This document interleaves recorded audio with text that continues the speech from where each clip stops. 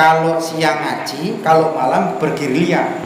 Dulu yang mimpin gerilya itu Mbak Ki Sajat sama Ki Ilyas. Ki Ilyas itu dulu ketua pimpinan Laskar Hizbullah se-Pulau Madura. Nah, Mbak Ki Sajat itu dulu pimpinan panglimanya.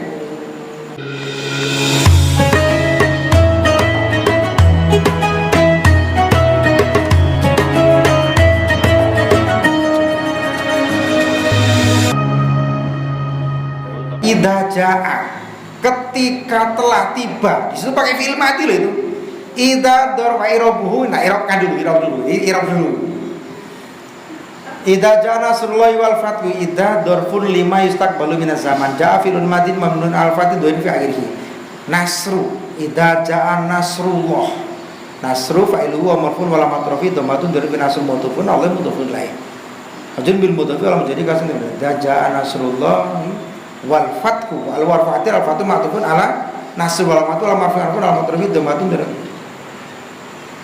wa ra'aita al warfatir ra'aita fi fa'il anasa maf'ul bi wa ra'aita nasa yadkhuluna fi dinil yadkhuluna, mereka masuk dalam agama Allah. Ini juga amalane nggo kiai Pak.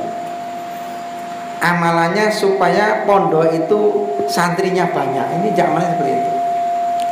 Tapi sampean milih mana Pak? Santri banyak tapi enggak genah, atau santri sedikit tapi berkualitas? Kira-kira yang mana? Karena Mbah Holil dulu diberi pilihan seperti itu. Mbah Holil ini dulu, Mbah Holil pernah berkonsultasi dengan Mbah Sarko. Salah satu lafadznya seperti ini. Mbah Sarko itu milih pilihan. Sampai pengen santri banyak tapi umum, apa santri ini tapi masyhur. Mbah Holil santri ini masyhur. Dibuktikan Mbah Holil itu santrinya nggak banyak. Setiap periode santri hanya 20. Santri. Pak Lutfi belum pernah ziarah ke Mbah Sarko ya, belum pernah. Jadi semua pendiri NU itu dulu berguru kepada Mbah Holil. Tapi Mbah Holil waktu di Mekah berguru sama Mbah Syekh Nawawi sama Mbah Sarko. Nah, sedang Mbah Sarko santrinya umum, siapa saja. Maka di zaman perjuangan dulu santri-santri gulu-gulu ini ya berjuang. Kalau siang ngaji, kalau malam bergerilya. Dulu yang mimpin gerilya itu Mbak Ki Sajat sama Ki Ilyas. Ki Ilyas itu dulu ketua pimpinan Laskar Hizbullah se-Pulau Madura. Nah, Mbak Ki Sajat itu dulu pimpinan panglimanya. Terus Mbah Ki Idris itu dulu yang asma. Ki Bahri itu dulu yang bantu persembunyian Ki Sajat.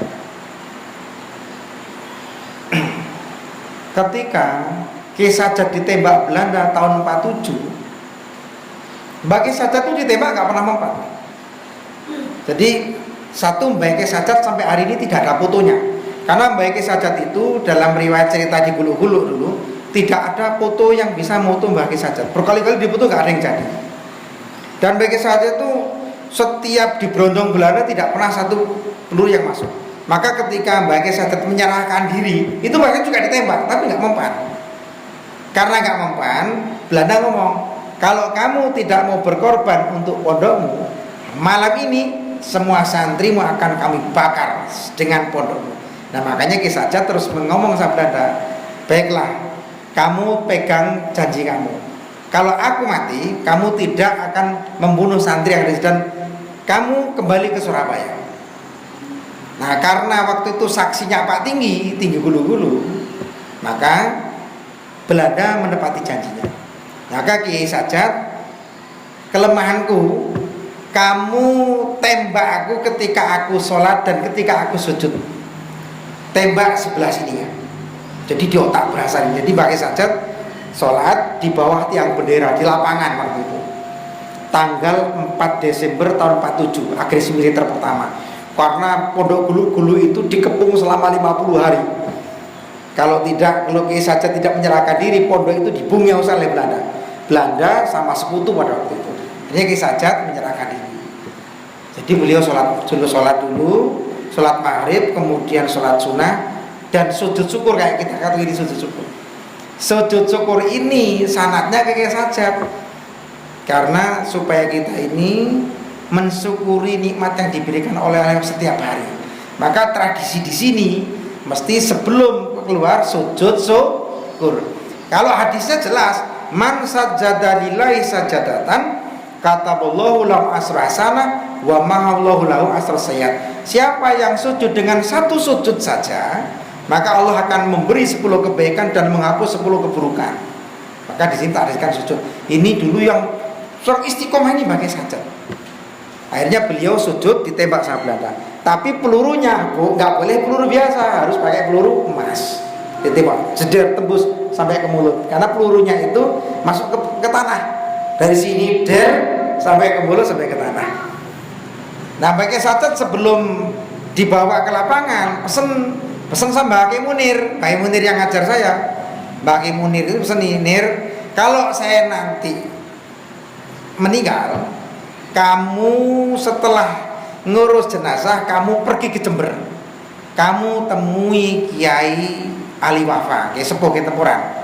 Karena Kiai Ali Wafa itu waktu di Baulil bareng sama Kiai Sajat.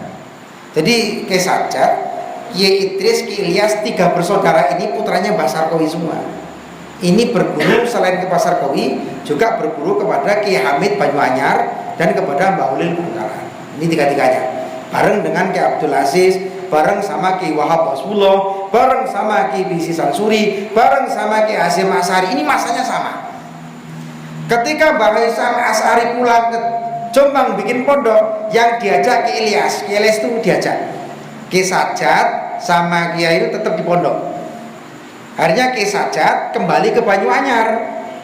Nah, Kiai Banyuanyar terus pulang ke Gulu-Gulu. Kiai Idris juga akhirnya pulang ke Gulu-Gulu. Kiai Ilyas ini di Jombang, bantu proses pendiriannya Pondok Pesantren Tebireng. Silakan nanti bisa tanya, kalau yang pernah ke Tebireng, tanya kepada Kiai Hadik yang ada di sana atau siapapun, Pak, apa ada di sini ceritanya Kiai Ilyas dulu mondok sini, kan ada cerita itu. Tapi tanya Kiai, jangan santai rasanya, "Boh, Kang ngerti Kang." Kan gitu. Tanya Kiainya. Masih ada ceritanya. Karena Kiai Ilyas itu yang membawa NU di Sumeneb pertama kali. Karena Kiai Sajat dulu ketika mau diangkat pahlawan juga Gulu-Gulu tidak menerima. Biarkan Mbak Kiai Sajat sebagai pahlawan kami dan pahlawan Sumeneb. Kalau diangkat sebagai pahlawan nasional, nanti mendapatkan royalti, bahkan khawatir amalnya nanti dianggap riak, khawatir amalnya tidak ini khawatir takut seluruh keluarga Gulu-Gulu termasuk ahli warisnya Kiai Kiai Ala ini kan waktu beliau jadi rektornya UIN Surabaya, UIN Sunan Ampel, ini berkali-kali ditawari, Kiai Sajat ini kan banyak sampean, ini perjuangannya jelas. Pada waktu Hari Pahlawan perjuangannya Surabaya tahu semua, dan di Madura tahu semua. Dia usulkan untuk diangkat ke Hari Pahlawan Nasional, tidak mau, jangan. Dan musyawarah Gulu-Gulu pun mengatakan, biarkanlah kami seperti ini. Amaliyah kami tidak tercampur dengan ujub, sum'ah, riya dan takabur. Biar amalnya tidak sia-sia. Yang tidak mau diangkat pahlawan itu 3 dari Madura. Kiai Fakir, Kiai Hulil, sama Kiai Sajat. 3 itu ahli warisnya tidak mengizinkan. Sudah cukup kami bangga dengan apa yang sudah menjadi amaliyah beliau.